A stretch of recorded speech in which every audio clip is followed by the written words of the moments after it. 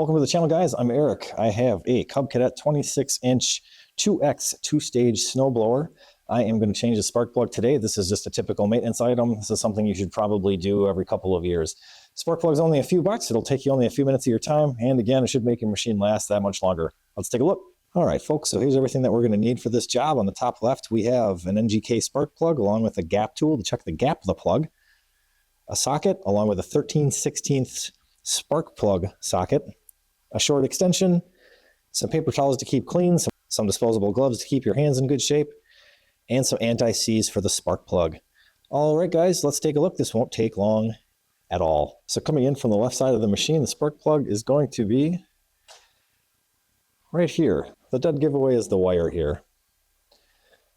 So you can see right inside there's a boot connected to the wire. Don't pull on the wire like this. You could damage the boot and then you've got another headache to solve, right? So on the boot, on the metal part, just twist and turn a little bit and pull. And you can see the spark plug right there. Let's get our 13/16 socket and we'll take that out.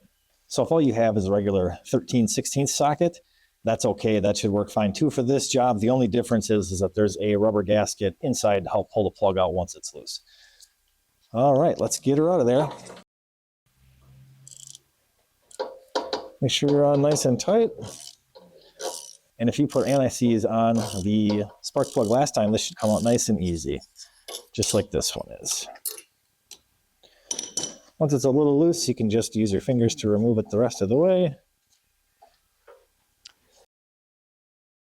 And there we have it. And you can see since we have the spark plug socket, it's stuck in the rubber ring in the side and the inside. And there's our plug. This one looks fine. To be honest, it's probably only been used a season or two, but I already got it out, so I may as well replace it. So the new spark plug, I use NGK. They always seem great for my cars, anything with a small engine. It's an NGK, and the number on it is BPR6ES. All right, so we're going to have our anti-seize ready. We're going to put this on the threads of the spark plug, just like I said, so that it comes out nice and easy when you do this again later. Do your best to avoid touching the ceramic part of the spark plug. Again, do what you can to avoid touching the ceramic part, and then just apply a little bit of anti-seize on the threads here. Doesn't need to be thick, just enough. We should have checked the plug gap first. That's okay.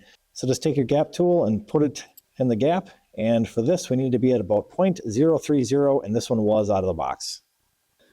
Whenever you install a new spark plug on any engine, always hand tighten first. If you use a socket or any type of a powered tool, you might not be able to tell if you cross the threads. And if you do cross the threads in the block on something like this, I would imagine that would just warrant a complete engine replacement.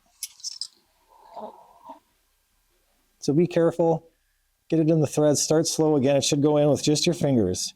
If you feel a lot of resistance, stop and pull it back out. See, I'm screwing this in just with my fingers only. And now I know it's gone in quite a ways, so I know that we're not at risk of stripping it, and now I can use the socket to tighten it down. Nice and slow. Again, there's like no resistance here. The handle is still able to move the socket freely, and that's because we use the anti-seize. And again, snug but not overly tight. Sometimes the plug is going to get stuck on that rubber gasket inside of the socket. You just have to finesse it a little bit to get it to come out of there. And if that O-ring inside of the socket is really fighting with you, you can always just grab a needle nose and pull it out of there. All right, if you had some dielectric grease, you could put it on the tip of the spark plug here. I do not. If you happen to have some, go ahead and put that on. Otherwise, we just need to put the boot back on, and that's as simple as pushing it on. You'll hear it click, and that's it.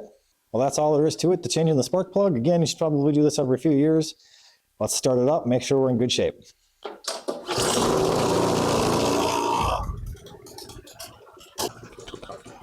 And she's firing great. She's running fine. We're all set here, guys. I appreciate you tuning in. If you like this type of content, please like and subscribe. I really appreciate it. It helps the channel. Until next time, take care.